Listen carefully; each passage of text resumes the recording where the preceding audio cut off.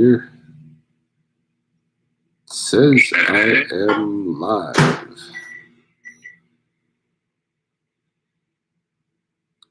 Supposedly I'm live. I can see you. How long ago did you move the little bottle into the camera's view? No bottle in the camera's view. Okay, then I might be looking at the old one. Let's go to the end. Yeah. There we go. Okay. It should be called We're Back. All right. I think. No, didn't work. Here. Let's go to your channel. Back. Okay, there's the bottle. What's that you're drinking? It is a vodka grapefruit, Black Fly. Ah, yeah. Black Fly. Boy, they're packaging every kind of intoxicant with every kind of candy. Did you notice that? What do you mean? Chocolates with mushrooms in them. Oh, that's good. Yeah. That's good stuff. Grapefruit juice with vodka. Yeah. Oh, we got No Name on there. Okay, Crypto Duck says, I see you too. Cool. No Name says, haven't seen BJJ Night Live for a while. No Name, if you've seen the first video we did this evening before my internet cut out, you would know why. Chelsea's not been doing good. Chelsea's health has been terrible the last week. So, and Ryan has a mangled foot. And my foot's still broken, but I still do BJJ.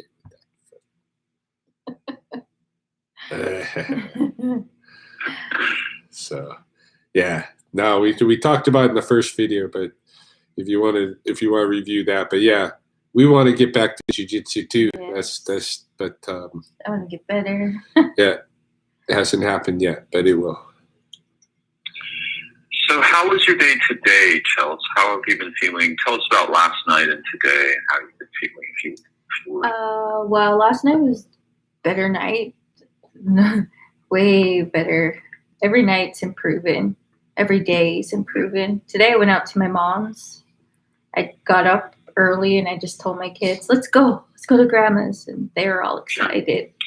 Grandma's! My mom was home, so we went out there and spent the day there and got to visit with her and my dad. I haven't seen them in a while.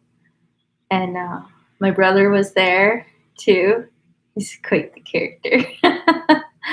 And yeah, she brought me to get a brew from one of the guys he makes brews for people, and he made one for me, so that's what I'm drinking tonight, just to help with the infection and stuff. So I'm really grateful. And overall, but yeah, just good day. How's your cough been?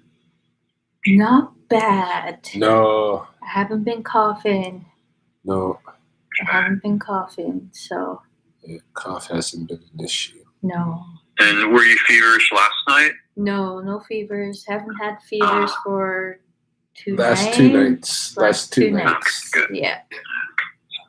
Yeah. Yeah, she fevered for about 4 nights, eh? Yeah, bad. Yeah. That's long, yeah. Yeah. Yep. Even with antibiotics too, I was still fevering. And yeah.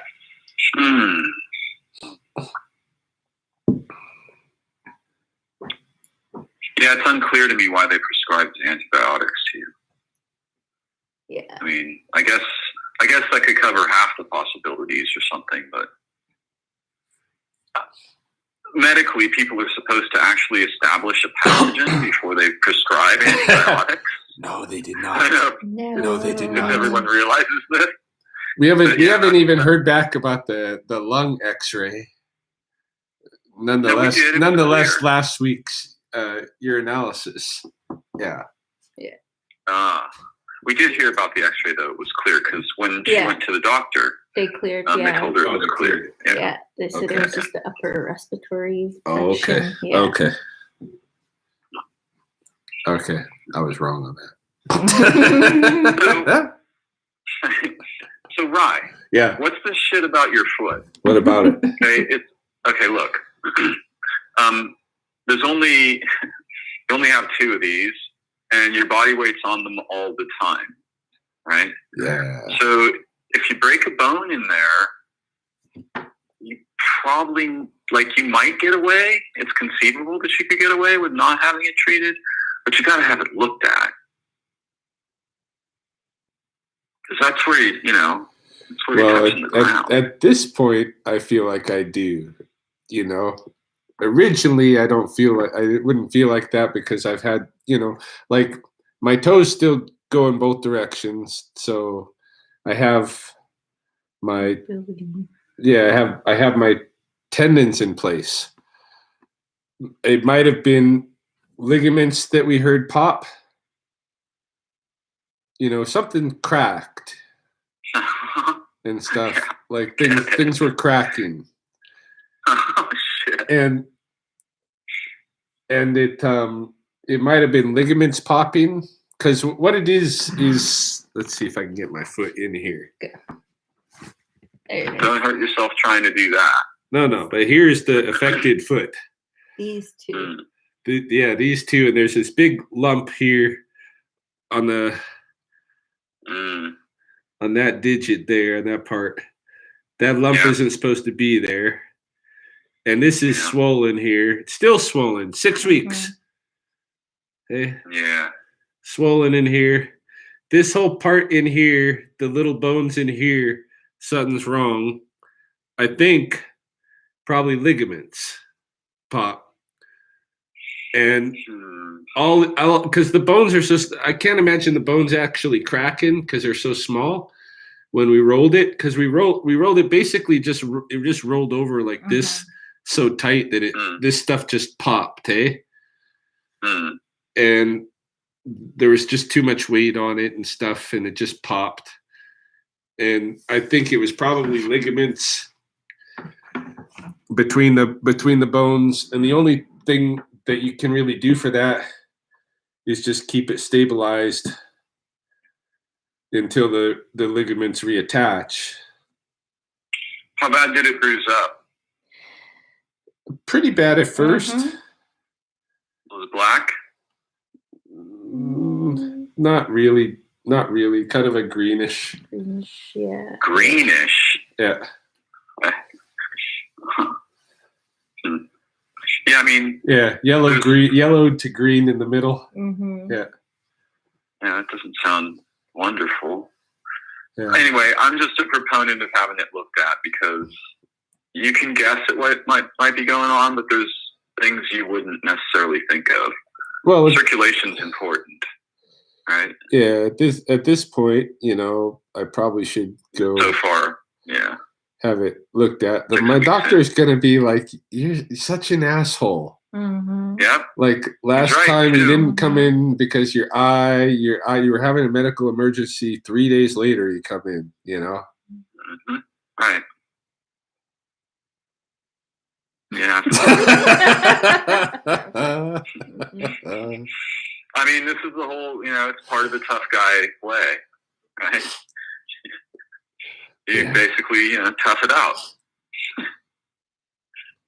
Well, I'm not trying to tough it out. It's just like shit happens to your body and you have to deal with it, like you get injuries. Yeah, that's true. So do I have to go to a doctor for every injury? Like typically if I've had a similar injury before, I know how to deal with it. Unless it's something that you have to have like surgery or something for, a lot of usual injuries and a lot of usual kind of broken bones and stuff. I've gone through them before and I know how to deal with them, Broken toes. But this foot's not healing up for me and it's pissing me off. Yeah. Well, I just feel concerned for you because it's been 6 weeks. Yeah, and I can't run. I know how you are. Well, I tried running. I tried running 3 weeks in. Yeah, great. I know how you are. But if I was there, I would forcefully make you go to the damn doctor if you hurt your foot this badly. Yeah, there's some, you can probably deal with a sprain or something like that, but you don't know what's going on here. You got to have someone have a peek at that. I think. But yeah, man, I would drive you down there and make you go. Dude, I can already see in my head Yeah. exactly what the guy is going to do, Yeah, I mean, I'm having modestly the same reaction now, because I wasn't clear about foot injury until you just started talking about it. Yeah. Yeah, I know. He'll freak out. So what? Well, no, he's gonna freak out. He's gonna be a little bit annoyed, like, why didn't you come in before? But then, but I can see what he's like. He's gonna, okay, yeah, I'm gonna get sent for X-ray. Yeah. See where he goes from there. Mm-hmm. But he's gonna like look at the foot thing. He's gonna hear what I say. He's gonna be like, yeah, probably his ligaments, and he's gonna put me back in the foot cast, in that air cast. That's what's gonna happen. The air Could cast. be. Yeah, that's what's gonna happen. I'm gonna have my main another concern summer in is the air cast. Yeah. My main concern is I just want to know that I want them to be able to diagnostically exclude things that would be, really bad. Yeah. They may not be able to fix it, and they might just put you in the air cast. The worst I just is, want you to have it looked at so that we can exclude stuff that could turn out to be really not good. Right? yeah, like it could turn into something that doesn't need to be. Like it could be surgical. Like it's a foot in the end. They do surgery on foots, but at least you could rule that out. Like you don't need. Yeah, that's the thing. In my If mind. it's anything,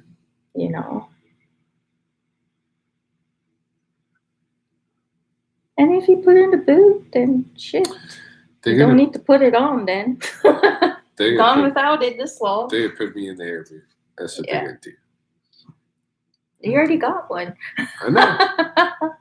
Be back in the air boot. But that throws me all off balance, And Sure. Yeah. it's gross. But you need your foot. Yeah.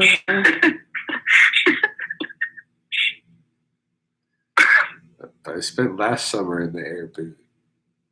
Yeah. Well, maybe it's nothing. You should be tough enough to handle the air boot. I think you're tough enough to handle the air boot if it's a necessity. Oh, I can handle the air boot. it's not whether I'm tough enough to. I can handle the air boot, but I don't like the air boot. The air boot. I have to do then recovery from the air boot. Yeah. All that. Like my whole body's thrown off kilter. Yes. So, have you planned a visit to have it looked at? No.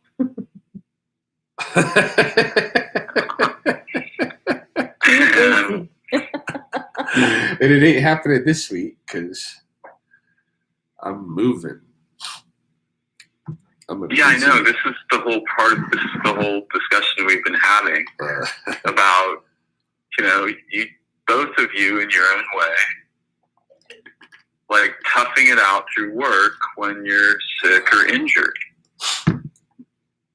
And I just want to pay attention to that for a minute. It doesn't have to be the whole topic or anything, but okay. You have to move, and your foot is essentially broken. I know, it's pissing me off. All the moving stuff, it's pissing you off. It is. You're angry? At my foot, yes. Your foot's all right. It is. It should have healed in this time. I gave it a few weeks.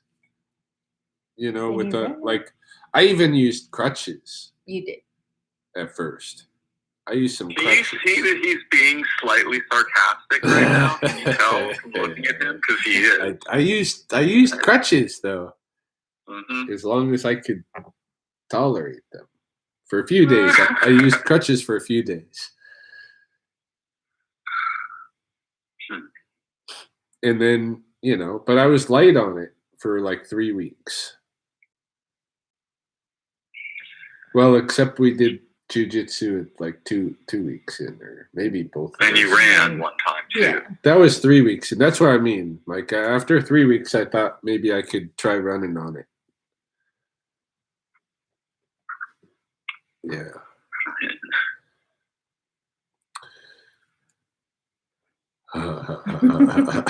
So basically, well, we got pause here. We got a couple of questions. Ryan, do I have any jiu-jitsu belts? No, I do not.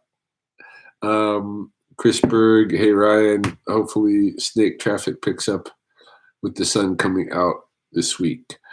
The snakes are going to be out for sure. Yep. Yeah. So, yeah, like, I know we overdo it. Okay. Like,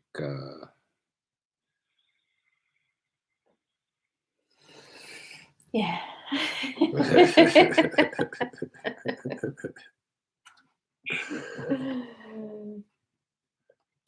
Painful. Chelsea on the go. Yeah. As soon as I can, I go. Yeah.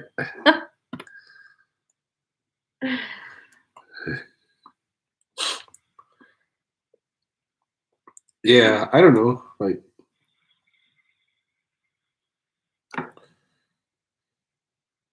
I'm just upset that I can't run.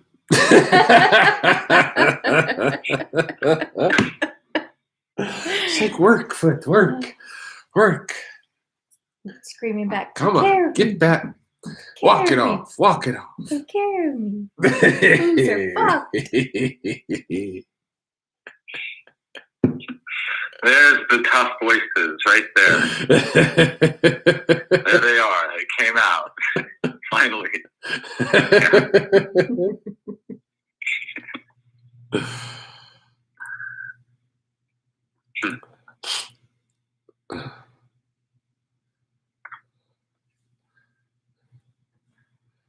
Yeah. And Chris Berg says he's hoping for a Tobias encounter this year. Me too. Haven't seen Tobias. Didn't see Tobias last year.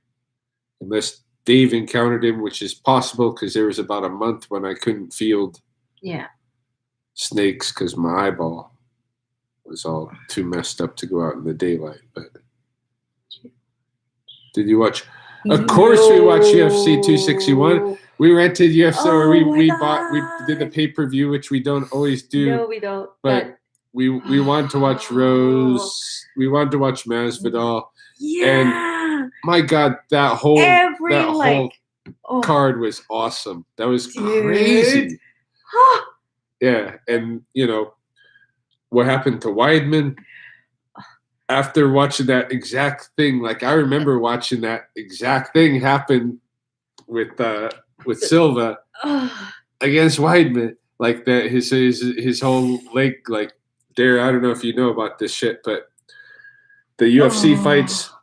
UFC put on a live show in Jacksonville, Florida. 15,000 people filled the stadium, shoulder to shoulder, no fucking masks, and did a cage fight. And the main card for that fight featured a guy who like grew up as a street fighter. Like there's YouTube films of him street fighting. In the backyard fights in Florida and stuff, and then ultimately became an actual professional fighter. And so he was fighting for one of the belts against a guy that beat him previously, and so we wanted to see that fight, but we also wanted to see there was a girl fight happen. There was 2 girl fights, and girl fights are always good, but especially we wanted to see Rose fighting this girl from China. I can't even know her name. I forget her name. But Like the bullet. That's all I remember. yeah, the bullet. But she's badass. Yeah. She's badass. But this little girl Rose. Surprise. Yeah, she's way tough. But both like all the fights were crazy there. The first fight, the guy's knee got so fucked up. I thought his leg was shattered, like below the knee. It looked like the way he was walking on it. The whole thing went wonky on him when he was walking and stuff. Oh man! The leg was broken. It turned out he just got really bad kicked on the nerve on the back of the knee. Bad enough that his foot was immediately like asleep, but it slept for minutes and it looked fucked up there. It was messed up. Yeah. Yeah, they had to stop the fight. Like he lost because he couldn't defend himself with it. So, and then the very next fight, the very first thing thrown is a kick by Chris Weidman, and he catches the guy with Chris kicks with his shin and he hits the guy's knee and shatters his shin, so his whole like leg bends in half in the shin. Hey, is wicked. Compound fracture. Like, didn't even realize it too. Just wicked messed up. Yes, I think that was Uriah Hall he was fighting. Yeah. It was so messed up. It was like and the first time I ever saw that happen, Darren, was against Chris Weidman's knee when Anderson Silva did that. Same exact thing happened. And when I saw Anderson Silva do it, that was the first time I looked at our legs as meant for running. They're like flip flops meant for running and ambulating, not kicking and stuff. They're not really made for that. We like multi-purpose them for that, but they suck at that stuff. And dude, seeing that happen to that guy after it happened, with his opponent against him like that so famously, it was weird. It was like some weird kind of universal, something's going on, strange. And it starts to look metaphysical at that point, right? Yeah. And then they had this little Brazilian girl fighting against this tall Russian chick, and the Russian chick, and the Russian chick ended up getting her in this crucifix.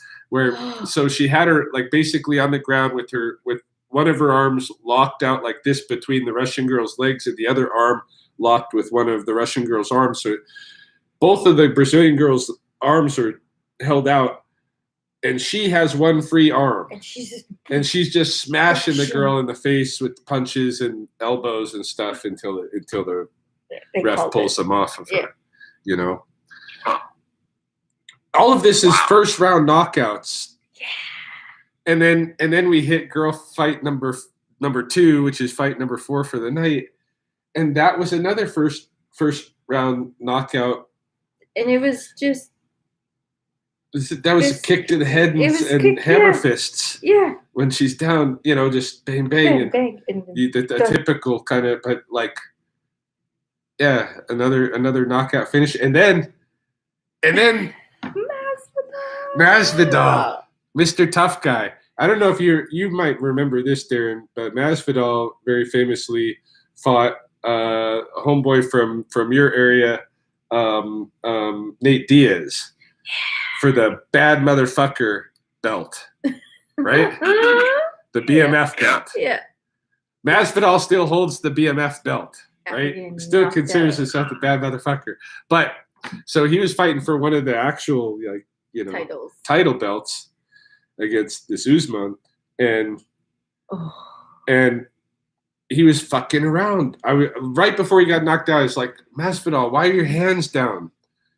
And then Usman just, it was, the guy's head almost spun off his neck, man. It was bad. It was bad. That was very interesting. That was a really good card. Yeah, that whole, even though the fights were quick, it was like, Jesus. And you learn shit from each one, But it was a crazy night for martial arts. And to do that on the first night. They're like, With fuck the- COVID. oh, We're just gonna hold yes. an event anyway. Yeah, Jackson, Florida. It was a grand night for the UFC. It Indeed. was. Quite a spectacle. Wow. Yeah. I mean, I'm a little too sensitive for that kind of thing. That sounds like Me and Chelsea were watching it. We're like, Yeah. oh, we're missing. We miss being in that back room and walking out with those guys and going in the cage and sitting ringside and It's just something. Oh, yeah. yeah, missing that work. Even though I wouldn't go in an arena like that right now. No. Well, to tell you the truth, Repercussions. if they threw a UFC right here, and we were on the fight commission to work it, I'd be right in there. Yeah. Oh, hope I don't die. I still do it. So know. UFC, try to come to Calgary. No, you're not doing it up here. No. We no. are doing it. No. No. Yeah. Yeah, we got Miss Red Badger waiting for walks to the river. You know what? You're going to be very happy to hear that I have went ahead and spent a couple $100 and bought a Sony camera with the zoom lens for the nature videos that I used to take before my camera got ripped off in Costa Rica. There's the new one too. I know I just bought that one new. That one got ripped off. But it's been over a year. I didn't replace it, and going into this summer season, I'm like, man, I can't have shitty wildlife video. I gotta get another one of those cameras. So I spent $300. Well, I didn't really. I put it on my credit card because I want to get the video. Yeah. So expect some walks. In fact, I already took a couple of walks today. So there'll be video coming up. Okay? Mhm. Yeah. Nature video up close with a better camera. Yeah. right on. That'll be coming. Lots of that will be coming because I plan to take advantage of this season. Yes. So, that guy in the second fight who broke his leg when kicking, Yeah. is that what happened? Chris Did I understand Weidman. correctly? Yeah, Yeah. he broke Drew his kicked shin. and busted his own shin. Yeah, compound Yeah. fracture shin. So, Yeah. doesn't that seem relatively insensitive? Right? What do you mean? Well, obviously he misdirected the force of his attack in a Yeah. catastrophic. Yeah. Okay, bad this way. this is what's happened. All right, it's become a trend in the last couple of years to do calf kicks. It used to be when you're throwing that low roundhouse, you're always aiming for the thigh, Mhm. in the back of the thigh, but the thigh, those big muscles, say. But Yeah. I can't remember who started doing the calf kicks, but the calf kicks has become a thing, and now all these guys are shooting for calf kicks, and you can see why, because in the first fight, the guy threw it just perfectly, and that fucker's leg was asleep, and that fight's done. Mhm. Yeah. Yeah, that's a weird, like super pinpoint successful attack. If you Exactly. could pull that off on purpose, you'd be a genius. Well, the difference that I saw was the guy that threw the kick correctly, actually impacted with the top of his foot against the back of the guy's knee, whereas the guy that broke his leg, of course, impacted with the middle of his shin against the guy's knee. Yeah. Mhm. Yeah, I follow. No, I really do. As a guy who does Tai Chi pretty much every day, right? Yeah. That's my contact with martial arts. and he must have caught the angle of the knee a little wrong, you know. A But he little. did like, it looked like he caught the side of the knee, side to back, but It wasn't like when Anderson Silva did the same thing on his knee. It was different because Chris Weidman had actually moved his leg, like did kind of the Thai kickboxer block of the kick, threw his leg to the outside, and that's what caught the guy's shin. Hey, but when it happened to him, the other night, he was in his fighting stance and he kicked, or the guy was in his fighting stance, and it looked like he kicked the guy. It did. Right about here with his shin. I could see it straight on. It looked like he kicked him right about here, but his leg just bent. He was wicked. Yeah. There's power in the joints. Yeah. A knee's a vulnerability if you hit it right, but if you hit it wrong, yeah, yeah, and it definitely wasn't. It's not. That's definitely not the calf either. Yeah. If you're trying for the knee kick, maybe nobody tries for that knee kick. I don't think. Like maybe that guy in the first round did that on purpose. Maybe he got lucky. Maybe he was trying for the calf kick. Everybody's trying for the calf kick nowadays. If they go for that low one, I don't know if he was trying right for that nerve or not. Maybe. But he got it. Seems unlikely, right? Yeah, I doubt that it was his goal. Yeah. It's an interesting possibility. Yeah. So the moon is full. What's that? Yeah. The moon is full. Yeah. It's nice. Yeah, Matsi Kapisaki some. I'm walking home.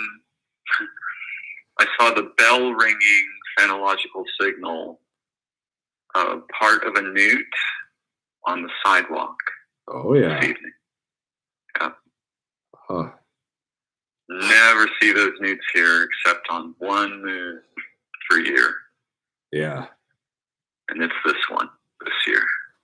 Yeah. Yeah, makes sense. Not to suddenly change the topic, but I just thought, what's going on in the places over there that you've noticed lately? Right. Lots of stuff, man. Lots of stuff happening. The golden bean is just about, like, the flowers on some are just popping, just starting to pop, and that's what the next lunar cycle is named after, is the flower of that, tsikini, that golden bean. But a lot of the different, like the cottonwoods are their flower panicles are dropping down. They haven't like fully gone in flower yet, but their panicles are dropped. Their buds are open. The choke cherry leaves are out. The currant leaves are out. Saskatoon is starting to flower. The bullberry is all in flower and has been like all week long. We've had, on warm days, we have insects. Mm-hmm. Me and Chelsea recorded an awesome insect swarm. Like little, they might have been mayflies. I don't know. There's some little tiny little gnat, but they were just like a whole, like, what do they call those? A murmuration. Murmuration. Yeah, all around us. Yeah, it was great. Yeah. Yeah. So we they weren't midges or something like midges? Well, they could have been midges. Yeah, they could have been midges. But we do get like mayflies like that here too. But they weren't landing on us and shedding or anything. So I don't know if they were just if they midge, But yeah, we're getting some of the insects are coming out. We had one day we've seen the tiger beetles, but I'm expecting them to come back out and be mating and stuff on the trails pretty quick here. Lots of stoneflies. I kind of have not an actual money bet, but just like this is a prediction that I've made that the tree swallows will be here before next Sunday. Okay. So we'll see. We'll see.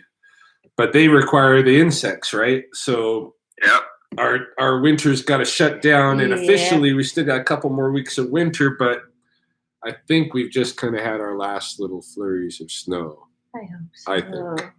Yeah, this last few days. I think we're done with that now.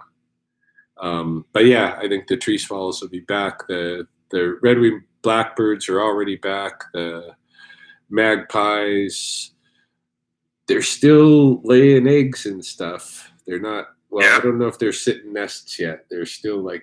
Yeah, that's the same here with the corvids. Yeah. It's not clear that they're sitting nests yet.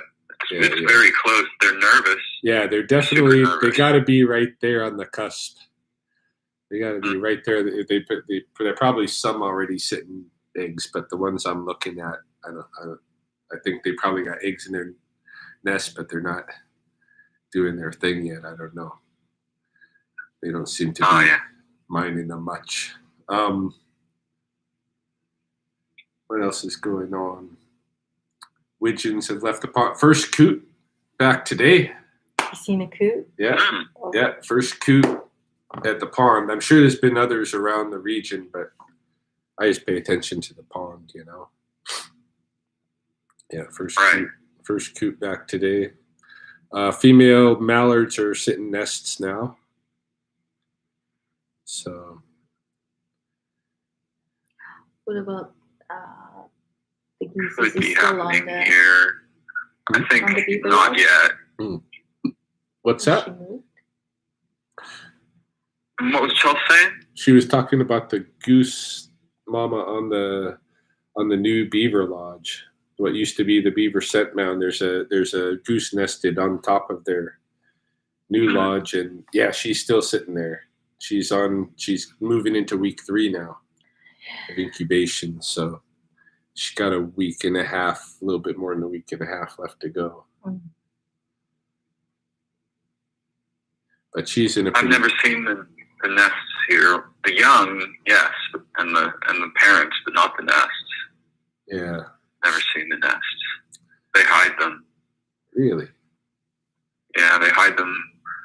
They're none visually apparent. Mm. And we're talking about a good 15 families, which They're Probably tiny. pretty camouflage Mm. when they're sitting on their nests. yeah, Yeah. they're hiding them on the islands. Oh yeah, they're on the island. Yes. Yes, they're on the island. Mhm. Yeah. They put them on the islands. That's their optimal And place, they're- and then they look from there for islandish things. Yeah. They're very aware. I mean, all of the birds are uniquely, but they're aware of visual angles, I think, in an astonishing way. Hmm. Right?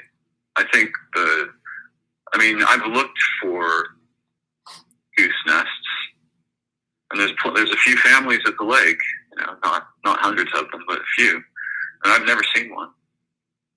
Never seen one. So they must hide them because they rear their children there.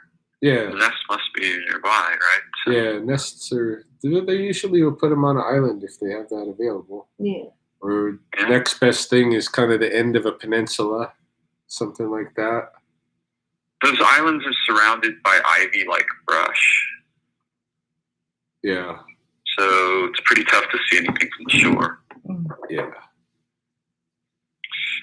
Has there been some progress on book work? I remember you mentioning something. There has been, indeed. Yeah, what's going on? I didn't listen to as much of I had hoped that by this week I had kind of would finish the first section of the book, which is 3 or 4 chapters long or something like that. But I didn't get quite that. I got into chapter 2 in the first exercise. Yes. That was as far as I got, and I took some notes on what I thought was noteworthy that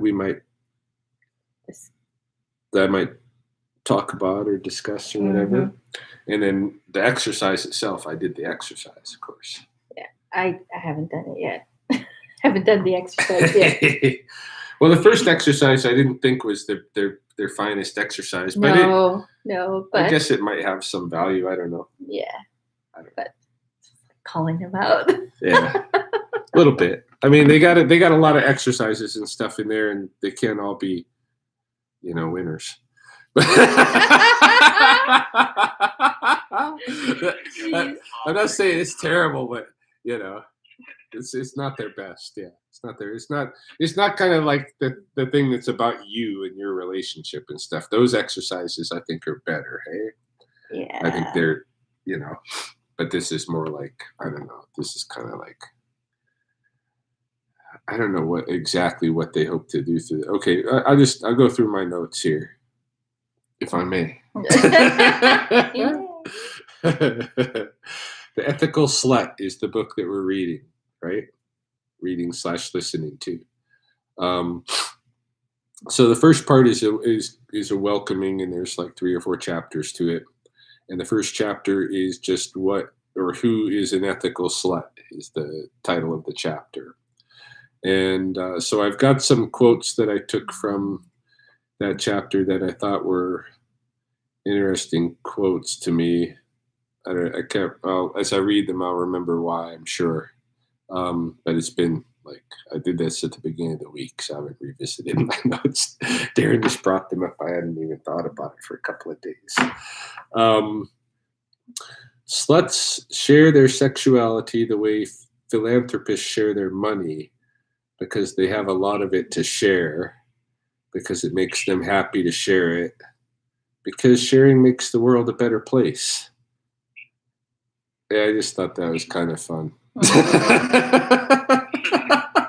So I took that quote. I don't know that I would equate. I'm not sure that's the definition I'd have come up with. No. But it's kind of a funny thing, hey? Funny little. I like where they went with it. You know, well, it makes you happy, and you know, the world's maybe a better place or whatever. You know.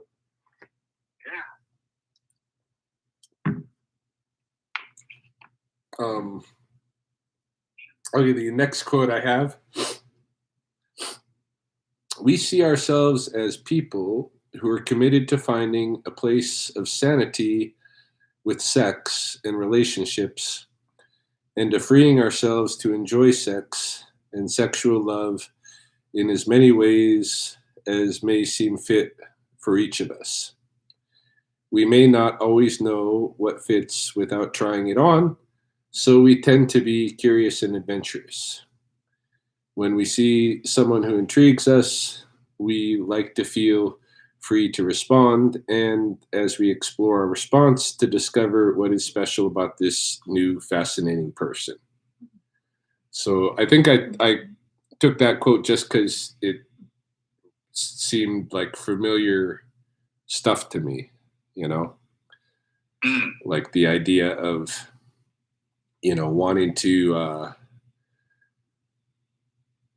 you know, not feel ashamed for exploring, you know, learning about another person and even romancing, you know, if that's what the relationship call for or whatever. But that kind of intrigue about a person, like it might just be a passing thing, hey, or whatever. But there's the, you know, if you get a vibe from somebody and you want to like follow it, it sucks if you have a barrier and you're not allowed, right? For a barrier that's like founded in insecurities and stuff like that, right? So that jived with me, so I took that quote down. And then our approach to a sex positive. Oh, this was in regard to the language. Remember, Darren, we talked about the language a little bit, which we both agree, like the slut thing seems a weird language to. So they're calling it sex positive language, basically. Our approach to a sex positive language is to reclaim the original English words, and by using them as positive descriptors, wash them clean. And so throughout the book, they use like, you know, all kinds of language, Yeah. but in their actual like